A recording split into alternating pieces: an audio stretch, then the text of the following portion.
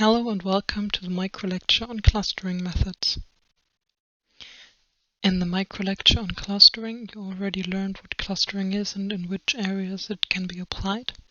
Today you will learn different clustering algorithms, so you will be able to understand and explain the core principles of them. You will also be able to identify a clustering algorithm suited for a certain problem or for a certain data.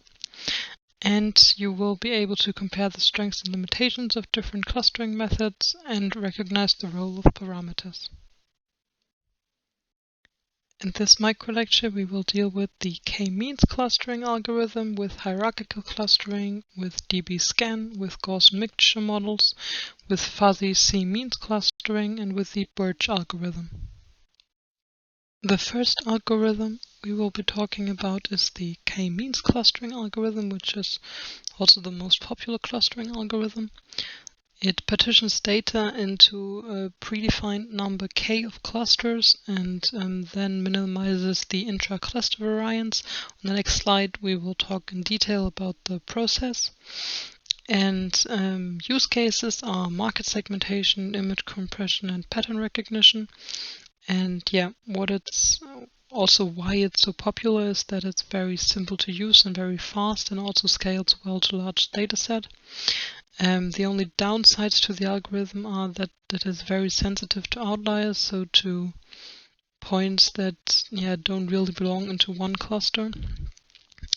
Also a downside is that it requires the predefining of the number k of clusters, and that it assumes spherical clusters. So basically how the algorithm works. First, we choose a number of clusters, which is usually described as k. Then we randomly initialize centroids. So centroids are always the central points within clusters. And there are also different measures for randomly initializing it to optimize the method, but we say we randomly initialize it. And then we assign each data point to a nearest centroid. So we use our distance measure, and based on the distance you have options where to assign your data point to. And then you update the centroids based on the data points you previously assigned them to. And then you recalculate the mean of all the data points, and then you get new centroids. And then you basically repeat this process over and over again until the centroids no longer change. And that process is also called convergence. So usually you don't know in advance how many clusters you're going to need. And for example, for many methods, as for the k-means clustering, however, you need to determine it beforehand. So we need a method to determine the number of clusters, and one very commonly used is the elbow method. You'll later learn why it's called elbow method. And basically you perform the k-means clustering for different values of k, and for each k you calculate the sum of squared errors. And then you plot the development, so on the x-axis you plot the k, and on the y-axis you plot the error. And then you get a graph, and you look for what looks like an elbow.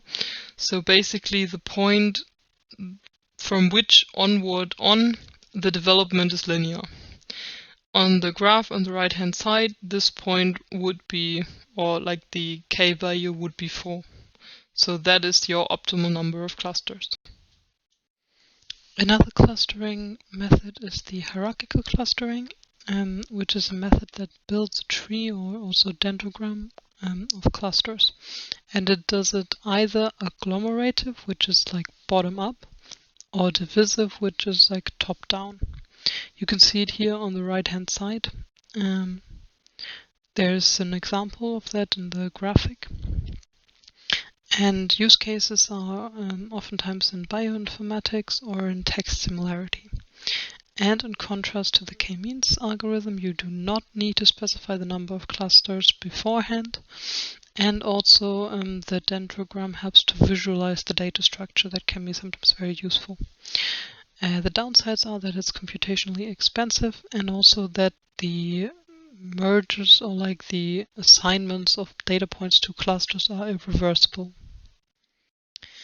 Another clustering algorithm is DBSCAN, which stands for density-based spatial clustering of applications with noise. So what the algorithm does is that it groups points with high local density and it marks sparse regions as noise, meaning that not all points are assigned to clusters, but if they are like single points that are very far away from other points, they are considered noise and therefore not grouped. This method is used for spatial data, anomaly detection, and image segmentation. And the advantages are that it is able to handle clusters of arbitrary shapes, so the clusters don't need to be round or triangle or any kind of shape. Also that it is able to detect outliers. For example, with k-means, all points are assigned to a cluster, so that algorithm would not detect outliers, but this, like the DBSCAN, does. And there is also no need to set the number of clusters before applying the algorithm. And disadvantages of the algorithm are that it struggles with varying density and that it highly depends on the parameters.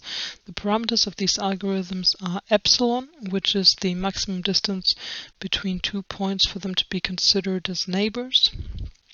And the other parameter is min PTS, which stands for the minimum number of points required to form a dense region. So these parameters need to be set well in order for the algorithm to perform well. The clustering algorithm Gaussian Mixture Models uses Gaussian distributions, also known as normal distributions, to assign data points to different clusters. This is a soft clustering algorithm, so data points can belong to different clusters. The algorithm starts by kind of guessing the parameters of the Gaussian distributions, meaning the expectation and the standard deviation. And then for all the points, it calculates the probability of one point belonging to a certain distribution. Then it uses the expectation maximization to recalculate the parameters of the distribution. So it's an iterative process. And in general, it's used for speech processing, finance, and anomaly detection. So the advantages are that it's a probabilistic interpretation and that it can also handle elliptical clusters. And the disadvantages are, as I said, it begins with like an initial guessing of the parameters, so it's very sensitive to its initialization. And it may converge to local and not global optima, and it requires a predefined number of clusters, like the k-means clustering algorithm, where you need to predefine the number of clusters before starting the algorithm.